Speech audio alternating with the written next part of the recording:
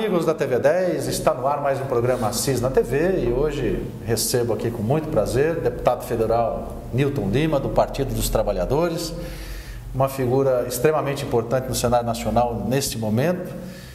Deputado, obrigado por participar do nosso programa de hoje. Obrigado a vocês, Luiz. Bom poder estar na TV10, poder estar nesse programa, que eu sei que é um programa de debates, e plural, democrático, aberto, e estou à tua disposição num momento de fato muito positivo para o país, e Assis também entrando nessa onda, que é a onda da ampliação da educação, em particular da educação superior, e em especial o governo da presidenta Dilma conseguiu quebrar a resistência que havia para a criação de novos cursos de medicina no Brasil.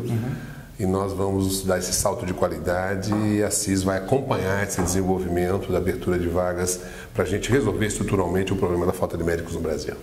Deputado, eu queria primeiro apresentá-lo, quem ainda não o conhece em Assis, aos nossos telespectadores, um histórico que eu achei bastante interessante, que eu procuro dar aqui a identidade dos nossos convidados. Pois não. E o senhor tem uma história que eu gostaria, e o senhor vai me corrigir se eu estiver errado. Mas o senhor é um engenheiro formado, né? E eu acompanhei a sua trajetória e vejo que o senhor, me parece, começou na política, na verdade, em 74, quando entrou para o Grêmio Acadêmico, ou seja, aí mexeu com política, começou a trabalhar com isso. Posteriormente, o senhor foi eleito... Na época brava, né? Regime militar, ditadura. Posteriormente, o senhor foi eleito reitor da Universidade de São Carlos, fez uma história toda ligada à educação, um professor conceituado, ligado totalmente à educação. Depois o senhor foi eleito prefeito de São Carlos, uma cidade, numa região muito bem desenvolvida, foi reeleito, e nisso o senhor já estava participando também da Comissão de Educação, presidindo do governo do Congresso Nacional. Exatamente. Bom, ou seja, o senhor é uma figura ligada e preocupada com a educação. Eu vou começar a pergunta de hoje, sem falar ainda da nossa região, eu queria que o senhor falasse, como membro atuante na educação, ciência, tecnologia, um balanço. Como é que está o Brasil hoje? O senhor que começou lá atrás, veio acompanhando e agora está no governo federal. Como é que o senhor faz um balanço da educação no país nesse momento? Antes de responder a tua pergunta, eu estou muito entusiasmado para fazê-la pelo momento que nós estamos vivendo. Com a sanção de ontem do Plano Nacional da Educação pela presidenta Dilma, queria te dizer que faltou só um pedacinho da minha história, que é o que me ligou, o que me fez conhecer a Assis. Em 98, depois de ter deixado a reitoria da Universidade Federal de São Carlos, o presidente Lula me convidou para ser candidato a vice-governador de São Paulo na chapa da Marta Suplicy. Quase ganhamos a eleição, porque nós fomos por 70 mil votos apenas, nós não fomos para o segundo turno para disputar com Paulo Maluf, que foi o primeiro. Era Mário Covas. O segundo foi o Mário Covas e o Maluf naquela oportunidade. Então, a minha vida política era sair da academia, sair da universidade, e passa para a esfera político-partidária. Eu sempre fui filiado ao Partido dos Trabalhadores. Quando eu me candidato, minha primeira candidatura quase deu certo, já viro vice-governador. 2 anos depois, a Marta se elege prefeita da capital e eu me elejo prefeito de São Carlos, me reelejo e agora deputado federal em primeiro mandato, em 2010, nessa primeira oportunidade. E como você disse, eu tive a honra de presidir a Comissão de Educação e Cultura da Câmara dos Deputados, o que para um primeiro mandato é algo bastante significativo, a poder acompanhar então os passos daquilo que eu considero como um marco histórico no dia de ontem. Dia 26 de junho passa para o país como o dia em que a presidenta Dilma, presidenta da República do Brasil, sanciona a lei que define o plano decenal de educação, o plano nacional de educação, com 20 metas para prefeitos, governadores e governo federal atuarem em defesa da educação pública de qualidade, ampliando oportunidades e ampliando a qualidade que ainda nos falta. Foram 3 anos e meio de negociação. 3 anos e meio de debates. O presidente Lula encaminhou a proposta original no final de 2010, quando se encerrava o primeiro PNE. Certo. E esse primeiro PNE, ele foi marcado por uma decisão política do presidente Fernando Henrique Cardoso em 2001, que nos atrapalhou muito.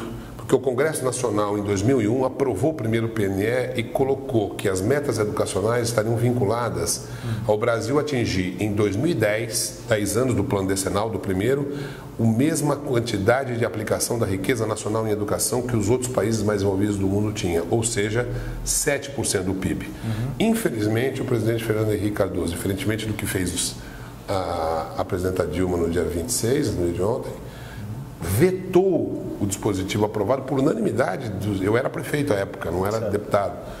Mas a história mostra esse problema. Aí o que acontece? Poucos investimentos na educação são responsáveis pelas deficiências que a gente tem. E a gente termina o governo Fernando Henrique Cardoso com apenas 3,5% do PIB, o que é a metade do que o mundo desenvolvido, os países da OCDE, aplicavam. O que a China aplicou, o que a Coreia, os asiáticos mais recentemente, mas que a Alemanha e o Japão na pós-guerra já aplicavam, porque a política educacional é a mais importante para o desenvolvimento de qualquer país e qualquer nação.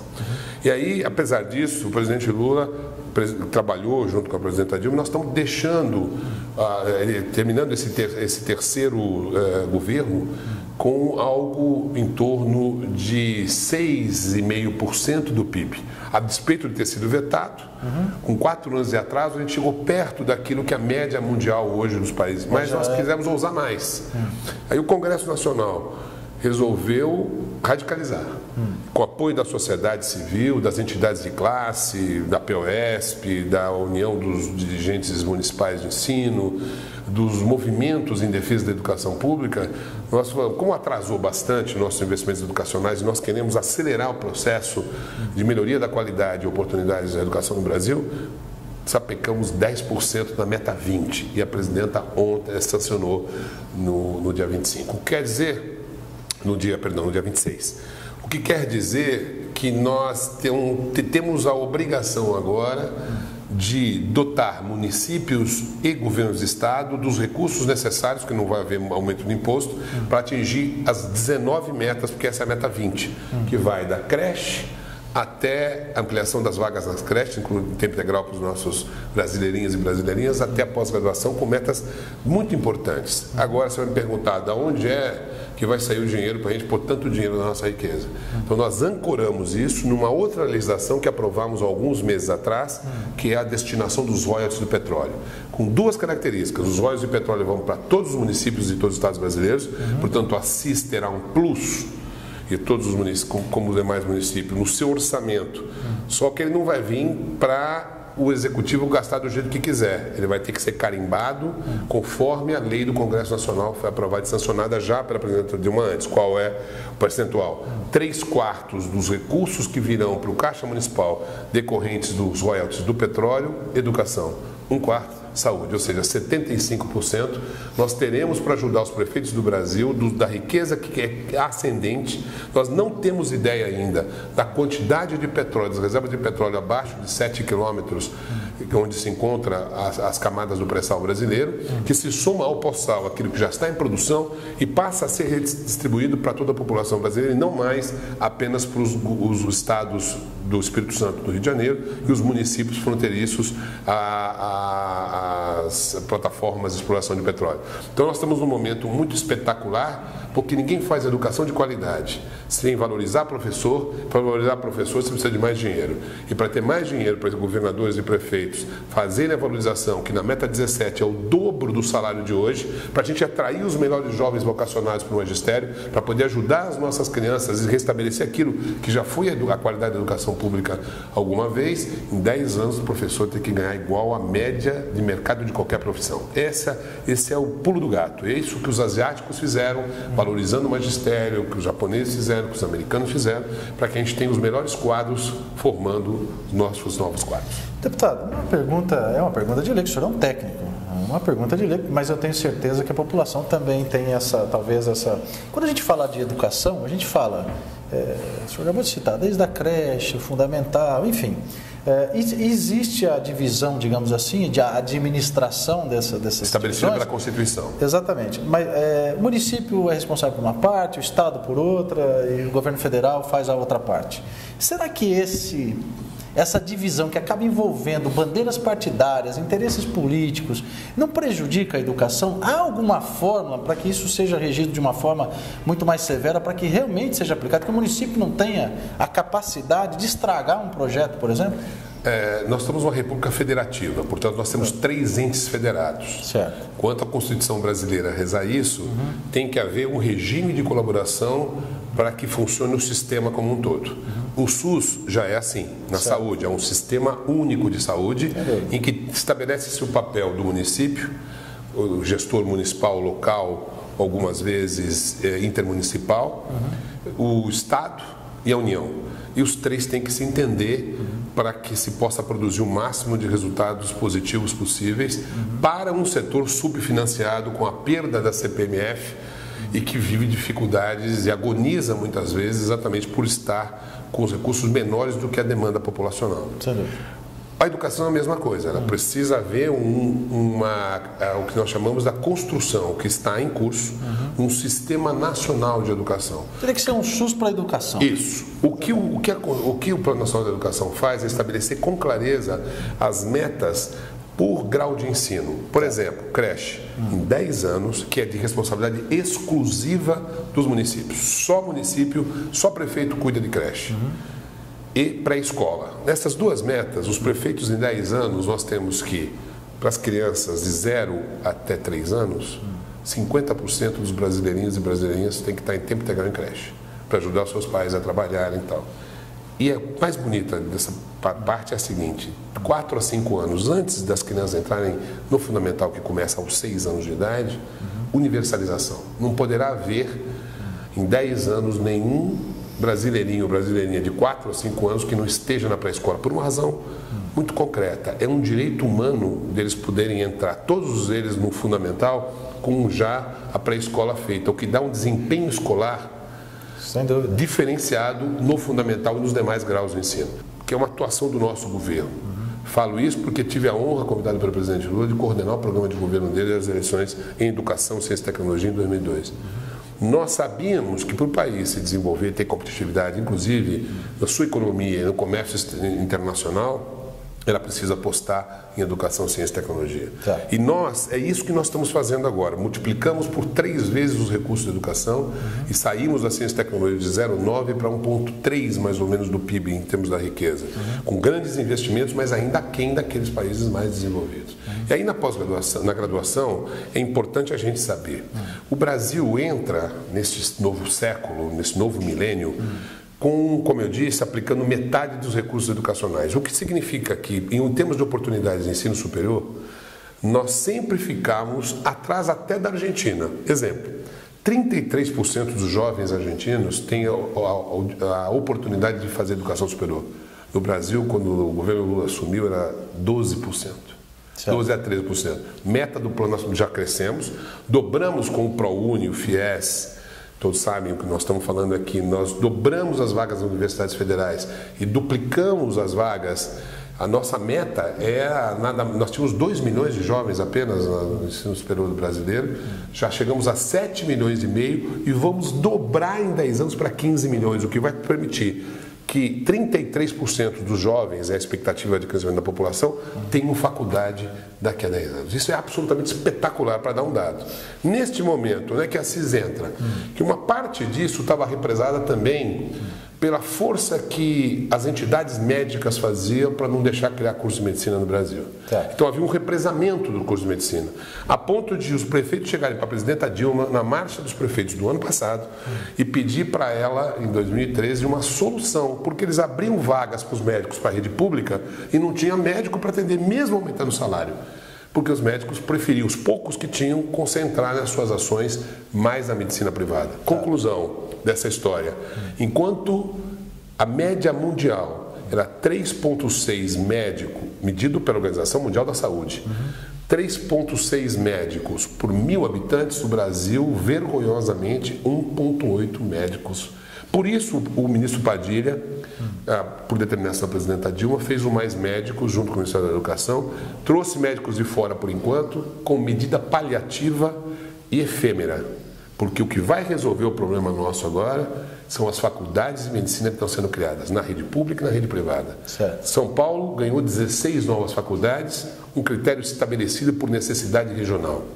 Assis foi republicanamente Partido dos Trabalhadores do Governo Federal, aqui um partido de oposição na prefeitura, mas independentemente disso, Assis, pelas suas necessidades, pela sua importância regional e pela importância de formar médicos para essa região como um todo, foi escolhida pelo governo federal para ter uma faculdade de medicina. E essa faculdade privada, quem é que vai gerir é a instituição que, ao disputar o edital de agosto, apresentar os melhores indicadores para os requisitos a serem estabelecidos.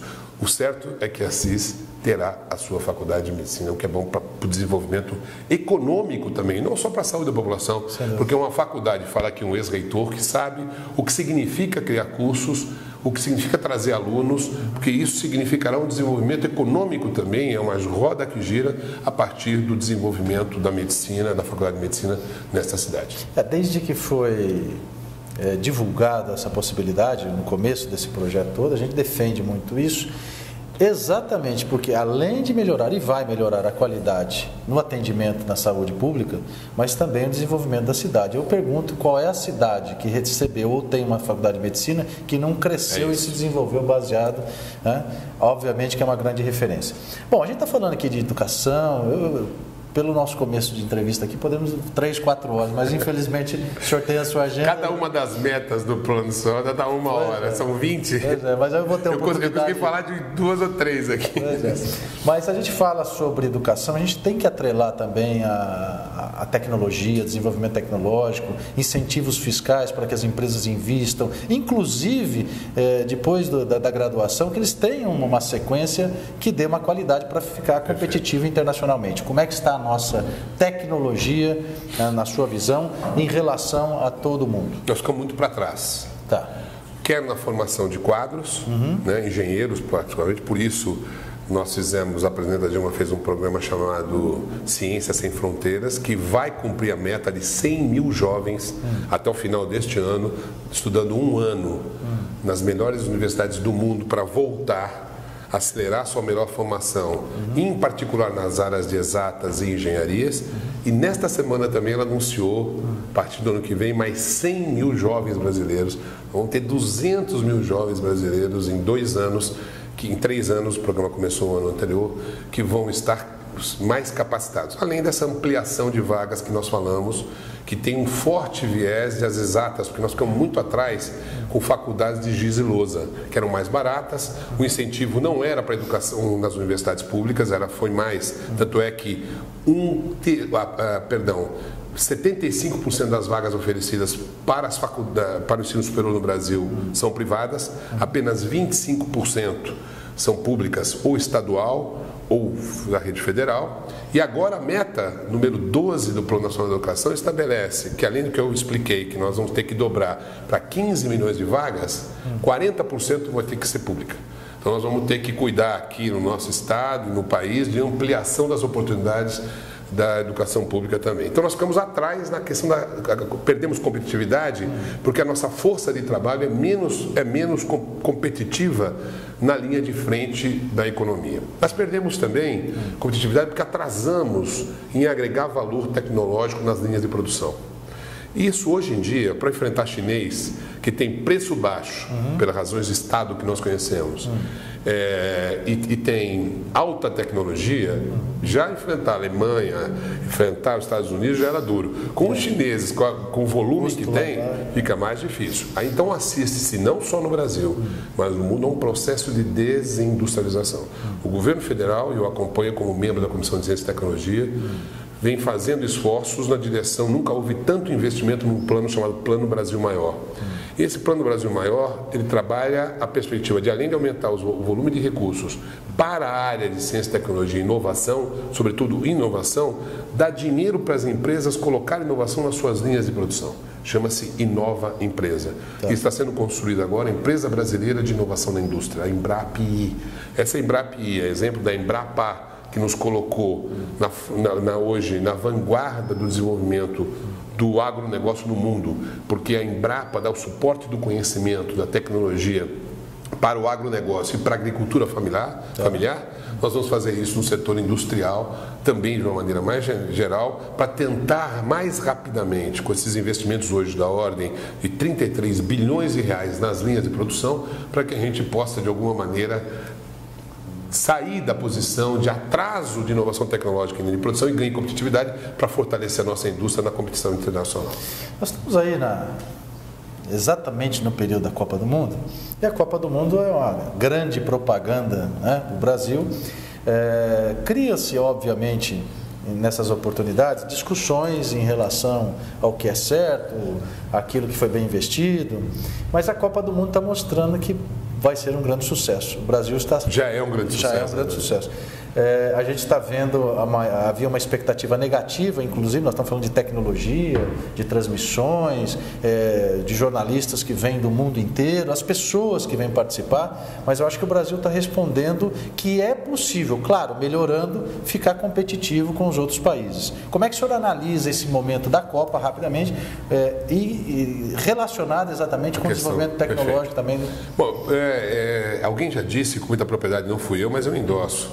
Essa história da Copa, Nelson Rodrigues saiu do túmulo para voltar com a história do complexo de vira-lata, porque infelizmente, porque é um ano eleitoral, não fosse um ano eleitoral, nós não teríamos tido tamanho grau de pessimismo, o tamanho grau de catastrofismo que foi plantado com um objetivo muito claro de atingir o governo federal. O objetivo era ano eleitoral, temos que derrubar Dilma, parte dos meios de comunicação e a oposição fazendo esse discurso que nada ia funcionar, não ia ter metrô, não ia ter aeroporto, não ia ter banda larga para o 4G, nada funcionaria, seria um colapso. Claro que tem problemas como todos os demais estados tiveram, tanto os europeus quanto os sul-africanos, etc. e tal, mas ele é um sucesso. Nós já ganhamos a Copa do Mundo.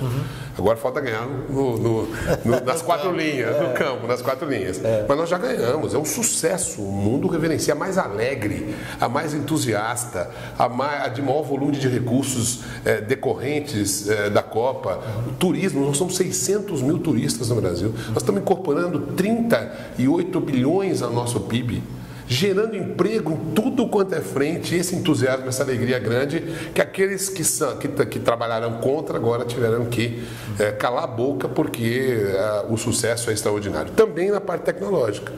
Os depoimentos mostram, eu fui a um jogo em São Paulo antes da Copa, na estreia do Corinthians, infelizmente nós perdemos essa Corinthians, mas eu vi as coisas funcionando nos testes, naqueles jogos de teste, viu? A mobilidade urbana, chegar no estádio, o estádio belíssimo que é o Itaquerão, a Arena Corinthians, e a gente sabe que, tirando aqui ou acolá defeitos naturais, nós somos vencedores da Copa.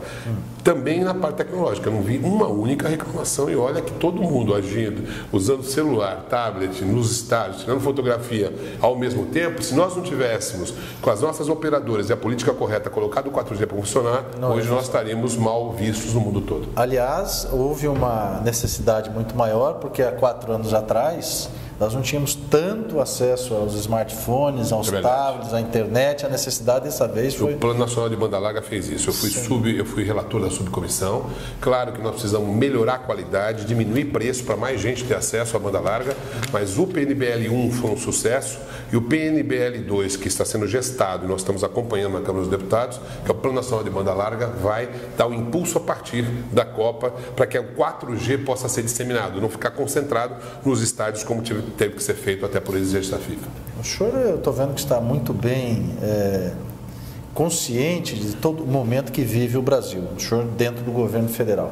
O senhor não acha que às vezes está faltando um pouco de uma comunicação? O senhor citou 2 coisas aqui que nós falamos sobre a Copa do Mundo, só se analisou o quanto foi investido, por exemplo, no estádio. Não se analisou o que ia entrar, não se analisou o resultado disso, não se analisou que, na verdade, o governo federal banca através do BNDES, mas tem que ser pago com juros de correção. Não tem um dinheiro público público nisso só nas obras do entorno. Pois PAC. mas até No porque vai dar continuidade nisso.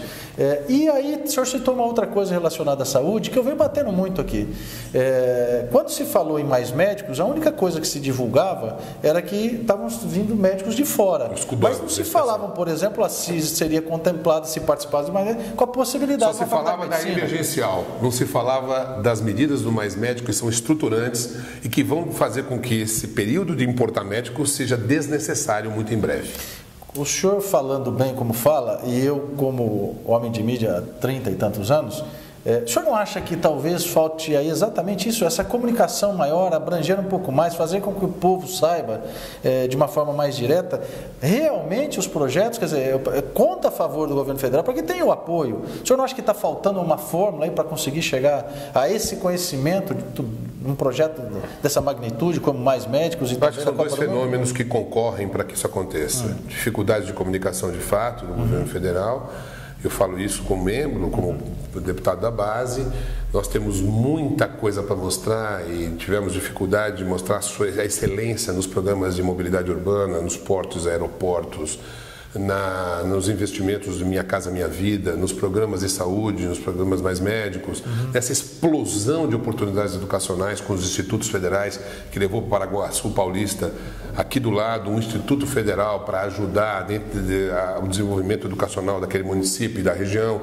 Enfim, nós tivemos essa dificuldade. Mas também é preciso dizer, não é possível deixar de notar que nunca houve um massacre tão grande da grande mídia, com distorções de informação, com omissão de informação. Eu dou um exemplo. Inflação. Nós estamos há 10 anos abaixo da meta. 10 anos a inflação, que é o pior imposto possível contra os trabalhadores, está contido abaixo da meta dos 6%. Aí toda hora se fala da perspectiva de pular a meta, mas nunca pula a meta. Ora o tomate, ora não sei o que é isso. Né? Então há um dirigismo nessa informação. E não se fala que o Fernando Henrique Cardoso deixou o Brasil com o dobro da inflação que os 3 governos do PT está concluindo. Vou te dar uma reservas que é fundamental para ter lastro macroeconômico e a gente não ficar vulnerável como ficamos 3 vezes do grande governo tucano antes do nosso.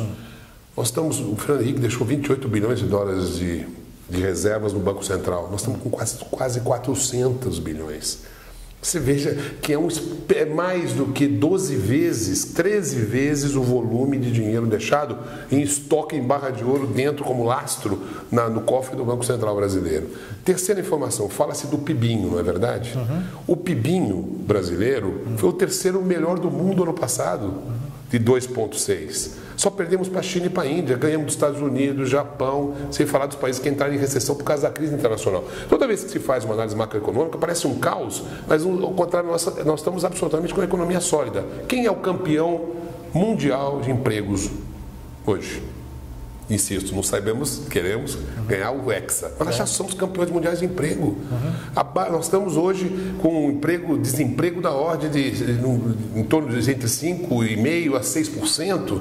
Quer dizer, é algo inédito. A Europa vive 25%, 20% de desemprego. Estados Unidos piorou nesse mês que nós estamos falando. Então, todos os indicadores macroeconômicos mostram que este país está sólido. Sem falar em distribuição de renda, que nós somos também campeões mundiais. Nunca em 12 anos se promoveu uma Argentina toda ascensão social como nós fizemos nos governos Lula e Dilma. Então nós temos, qual é a minha expectativa agora, falando como é um ano eleitoral e as coisas tendem a se distorcer em ano eleitoral. No horário eleitoral, tenho certeza que a presidenta Dilma vai colocar os pingos nos is e mostrar num espaço democrático que tem ao povo brasileiro o quão evoluído nós estamos e quanto evoluídos nós poderemos continuar sendo. Eu espero, quem me conhece sabe que eu não sou de ficar aqui elogiando, mas eu espero que o senhor seja agregado a esse volume de informações, que o senhor participe disso. O senhor fala muito bem e consegue, na verdade, é o que eu estou dizendo, na minha opinião, algumas coisas que aconteceram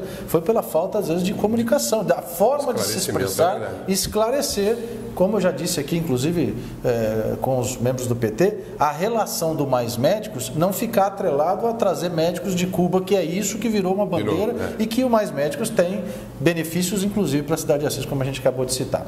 Deputado, eu sei da sua agenda aqui, do seu tempo, mas para a gente terminar, vamos falar um pouquinho de política, vamos falar um pouquinho, porque nós estamos entrando no processo eleitoral. Vou receber aqui... Até porque nós estamos com o Zé aqui. Pois é, o Zé Fernandes vai dar um alô para a gente também, mas eu queria falar sobre um ponto que eu acho que o PT vem trabalhando há muito tempo e que talvez seja hoje um dos maiores objetivos do Partido dos Trabalhadores.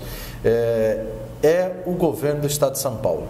Como fazer, na sua opinião, já que o senhor se expressou tão bem aqui, como fazer para que essa história PSDB e PT tenha uma possibilidade, uma história diferente, ou seja, que o governo do Partido dos Trabalhadores consiga ter o governo do Estado de São Paulo nas mãos? Em primeiro lugar, eu não acredito que nós paulistas possamos dar mais 4 anos para o PSDB. Depois de 20, o desastre é tão grande, política de segurança, o estado mais inseguro que a gente tem, a educação, a situação triste é só ver o que a POSP mostra da questão do salário, a situação da saúde, a falta de ajuda do Sistema Único de Saúde que nós falamos. O Estado de São Paulo é o único que nem o SAMU, o governo do estado, paga, é prefeito e governo federal, é o único estado do país em que o governador não ajuda no socorro, na urgência e emergência, pagando as ambulâncias do SAMU, que é do governo federal. Os demais estados é assim. Enfim, se a gente for ficar falando aqui das coisas terríveis que todos nós conhecemos, a falta de planejamento, o interior do estado de São Paulo cada vez mais exportando os nossos jovens para os grandes centros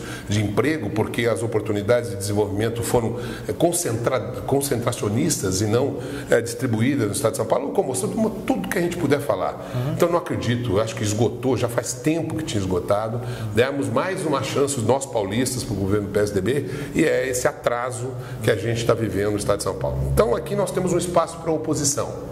Neste momento, larga à frente o candidato do PMDB. O nosso candidato Padilha não está ainda, não é conhecido, ele nunca participou de nenhum processo eleitoral. O candidato do PMDB, SCAF, já foi candidato a governador na última eleição.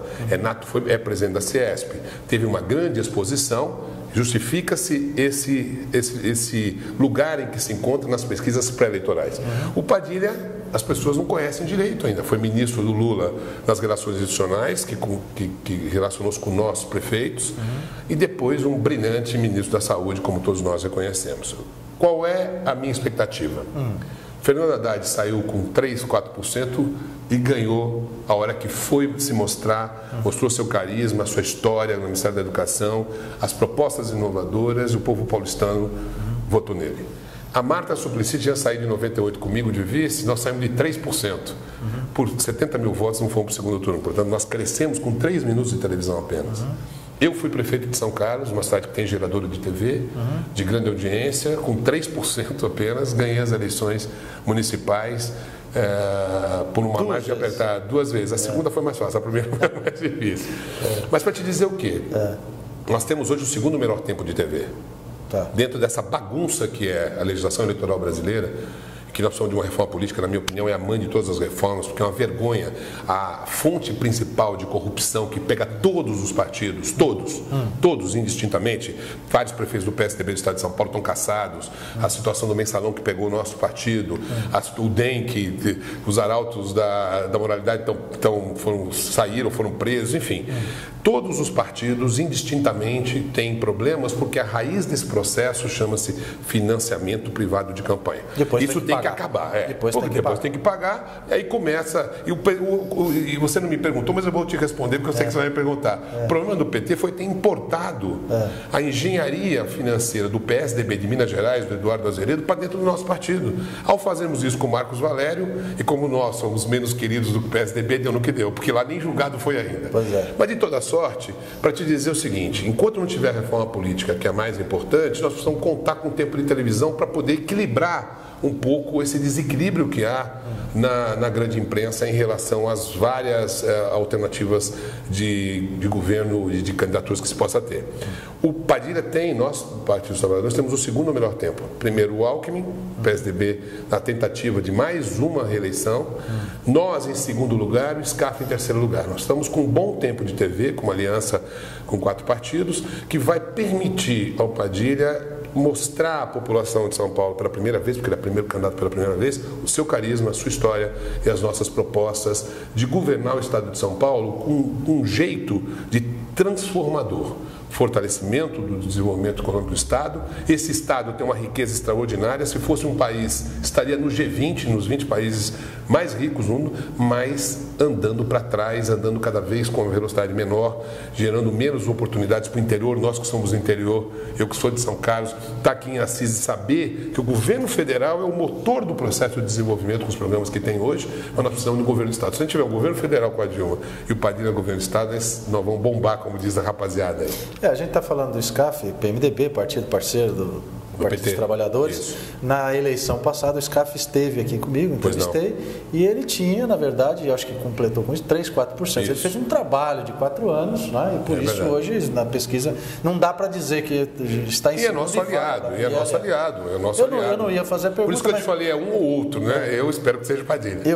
Não ia fazer a pergunta, mas como o senhor se comunica muito bem, essa parte, pode acontecer alguma parceria, SCAF, PT? Segundo turno, sem dúvida. Sem dúvida, né? Mas agora não há nenhuma estratégia para... Não, nesse momento, cada qual legitimamente defendendo as suas bandeiras, mas eu tenho certeza absoluta que o Alckmin não ganha em primeiro turno. Não é possível que nós paulistas queremos mais do mesmo e ruim, e a gente tem que necessariamente ter uma nova alternativa para o Estado, respirar. O Estado precisa respirar novos ares na política.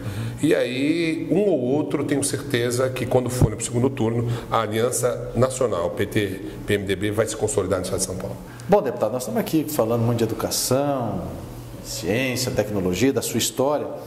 E a gente está acompanhado aqui, ainda não cumprimentamos o ex-vereador José Fernandes, que aliás é um pré-candidato a deputado estadual, e eu vou mais uma vez aqui, vou ratificar minha posição de recebê-los aqui durante todo o processo eleitoral de forma igualitária, para que eles venham dizer o que é que pretendem fazer pelo município. E o Zé Fernandes está aqui, eu acho que hoje você está contente, né, Zé Fernandes? Você está realmente com um deputado aqui que está conseguindo expressar de uma forma bastante positiva os projetos que podem ajudar o nosso município e nossa região, que é o grande objetivo que nós temos, ou seja, trabalhar bastante. A gente procura tanto, aqui nós já discutimos, viu, deputado? Discutimos várias vezes qual é o foco que a Assis deveria ter para seu desenvolvimento. A educação é um dos itens mais, o agronegócio e a educação. Zé, primeiro, obrigado, desculpe só cumprimentá-lo agora aqui nessa participação, mas é um momento importante receber o deputado Newton Lima aqui. Primeiramente, eu quero agradecer novamente essa oportunidade de estarmos aqui no Canal 10 e, claro, recebê-lo, o deputado federal, companheiro do Partido dos Trabalhadores, o deputado Newton Lima. Para nós, o que nós estamos fazendo aqui realmente é tendo uma aula de história, de educação, de política, enfim, o deputado realmente tem um grande legado, um grande conhecimento, e para nós é um prazer e um orgulho enorme receber uma autoridade política do nosso partido com esse naipe, com esse enorme conhecimento que o deputado tem. Bom, e a gente está falando aqui sobre a Faculdade de Medicina. Eu acho que, aí eu vou cobrar dos nossos candidatos a deputado, quem sabe eleito, que realmente participe desse processo, que de uma forma rápida nós tenhamos aqui a implantação da Faculdade de Medicina, para que a gente possa ter um desenvolvimento melhor, que cuide da saúde, já que se fala tanto de cuidar da saúde. Você está acompanhando bem esse processo? Qual é o nosso cronograma, entre aspas, aí da Faculdade de Medicina, Zé Fernandes? Nós temos acompanhado, inclusive, comentamos no programa anterior, que nós aqui participamos, desse programa Mais Médico, Assis, como diz o próprio deputado, foi contemplado, né? Uma das cidades que foi contemplada.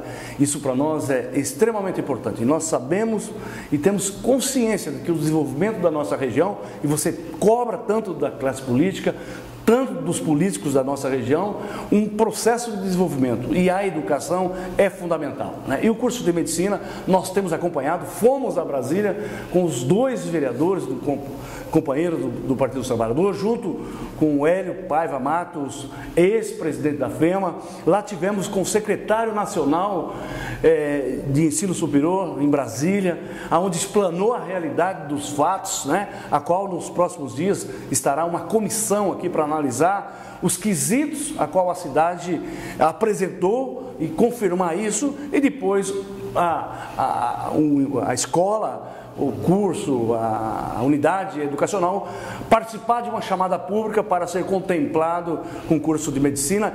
O curso já existe, mas na verdade, quem vai ser o gestor desse curso de medicina? Então nós temos acompanhado muito, o deputado fez uma análise brilhante da forma que vai ser feito, e a gente tem cobrado sim dos políticos locais para que dê uma atenção especial, né? É uma hora ímpar para que o município possa realmente ter um curso de medicina, mesmo não sendo uma escola pública, uma escola privada, mas isso dá um ganho significativo no desenvolvimento. E nós, companheiros do Partido dos Trabalhadores, e o deputado federal Nilton Lima veio aqui hipotecar todo esse carinho que ele tem pela nossa região, pelo nosso desenvolvimento, que passa, sem dúvida, pela educação. E o curso de medicina, para nós, vai ser o coroamento de todo esse trabalho.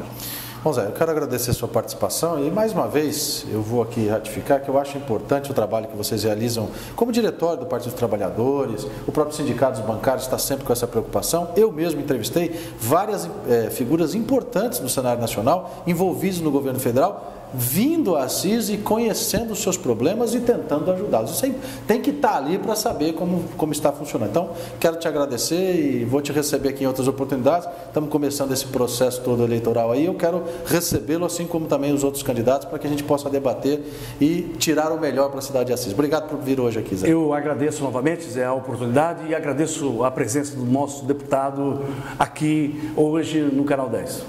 Bom, o Assis na TV de hoje vai ficando por aqui. Infelizmente nós vamos ficando por aqui, porque hoje eu recebi, vou dizer mais uma vez aqui, já entrevistei vários deputados, governador de estado aqui nesse mesmo veículo de comunicação, mas hoje nós tivemos realmente o prazer de entrevistá-lo, porque eu sempre digo, e que a história que nós temos aqui de Assis, que a educação é o alicerce para tudo. Não adianta ficar gastando depois na cura, não adianta ficar gastando depois no combate à corrupção, tudo começa na educação.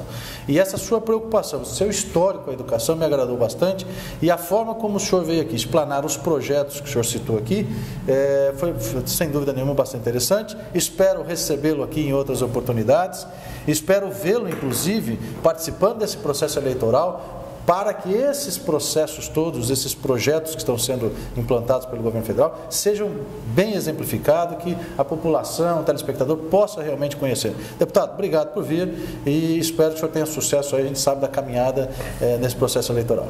Obrigado, Zé Luiz, pela oportunidade de falar com a população de Assis, de poder me envolver junto com vocês na comemoração dessa grande conquista da Faculdade de Medicina.